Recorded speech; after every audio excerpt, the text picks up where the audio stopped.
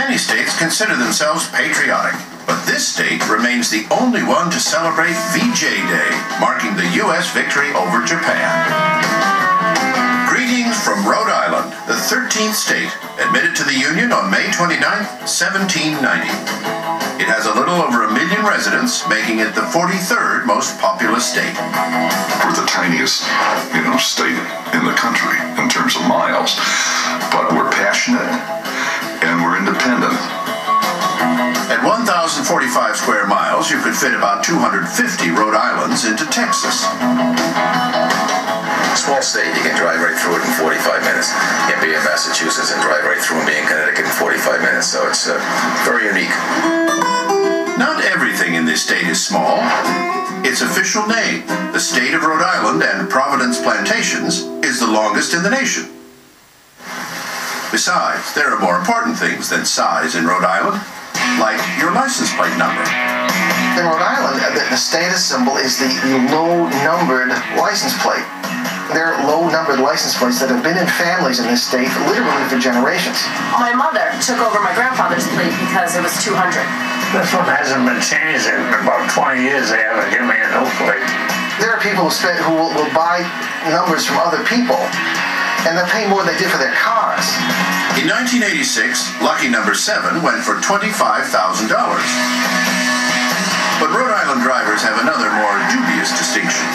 According to a national road safety test conducted by an insurance company, the drivers here are officially the worst in the U.S. I think I'm a great driver. Everybody else is a bad driver. They don't use directionals. We call them blinkers in Rhode Island. And they don't use directionals. To be fair, however, most Rhode Islanders don't actually spend enough time in their cars to get very good at it. Very often people will go down to the shore from the northern part of the state, which is again about 40 to 50 miles tops, and they will stay overnight because it's too far to drive. Maybe having all that natural beauty right in your backyard has something to do with it. There's 420 miles of coastline, opened up right to the Caribbean. There's nothing in between us and the Caribbean. The Gulf Stream comes up, hits this broadside, and makes for an absolutely beautiful place.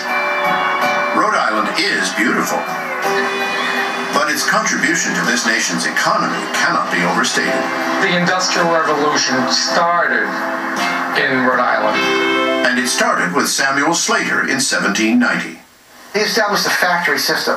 Instead of working on farms to make textiles, people were brought in, there were machines. He was using the water power of the Blackstone River and the labor of a number of people in the same place at the same time working on the same machines. That was the first time that had been done in America. 100 years before Slater's factory, there was another figure in Rhode Island's history who was an even more radical thinker. Roger Williams was one of many thousands who left Britain to escape the tyranny of the Church of England. Landing in Boston in 1631, Williams was dismayed to see that the Puritans were no better. They had come to the New World seeking religious freedom, but were now forcing other colonists to become Christians and worship as Puritans. As a minister in Salem, Williams spoke out against such hypocritical practices from the pulpit. And in so doing, the magistrates, the authorities in Boston, brought him up on charges for having new and dangerous opinions against the authority of the magistrates. That was a crime. Roger Williams was thrown out of Massachusetts Bay Colony because he was a rabble-rouser. He wanted more religious freedom, political freedom, freedom of speech, and he said they didn't have it in Massachusetts. There was no place in the civilized world where the principles of religious freedom were being honored. So Roger Williams decided to create such a place. He called it Providence. People could come here, worship however they wanted to, or not go to any church services at all. You have people from every religious background coming here and finding a sanctuary. This was what Rhode Island was founded on. There was a brief period around the turn of the 20th century when Rhode Island's principles seemed to take a back seat to something more alluring: the pursuit and display of wealth. The high society of Newport was created by the quintessential grand dame of the Gilded Age, Mrs. Astor. She's the queen of New York society, and when the queen says this is the proper place to spend your summer vacations, everybody else, social climbers, her friends, everybody starts coming up here and building houses. Some of the most impressive summer homes were owned by the Vanderbilts, America's wealthiest family. Marble House was an $11 million birthday present to Alva Vanderbilt in 1892, and the Breakers, completed in 1895, was far and away the largest home built in Newport.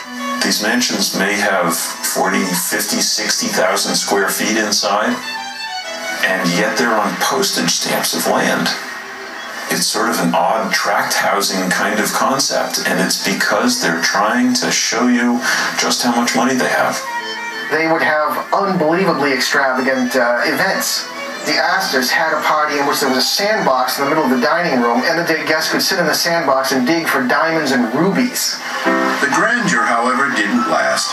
By the 1920s, taxes had whittled away at the vast fortunes. 1/3 of the Newport mansions were torn down. Yet it would have been worse if not for the city's historical societies, which set out to preserve these architectural treasures. We could have seen wonderful millionaire miles in several cities on the East Coast. They're gone. They've been redeveloped, but they're still here in Newport, and they've become an incredibly valuable historical resource. There's no other place except Newport where you can truly understand what the Gilded Age was about.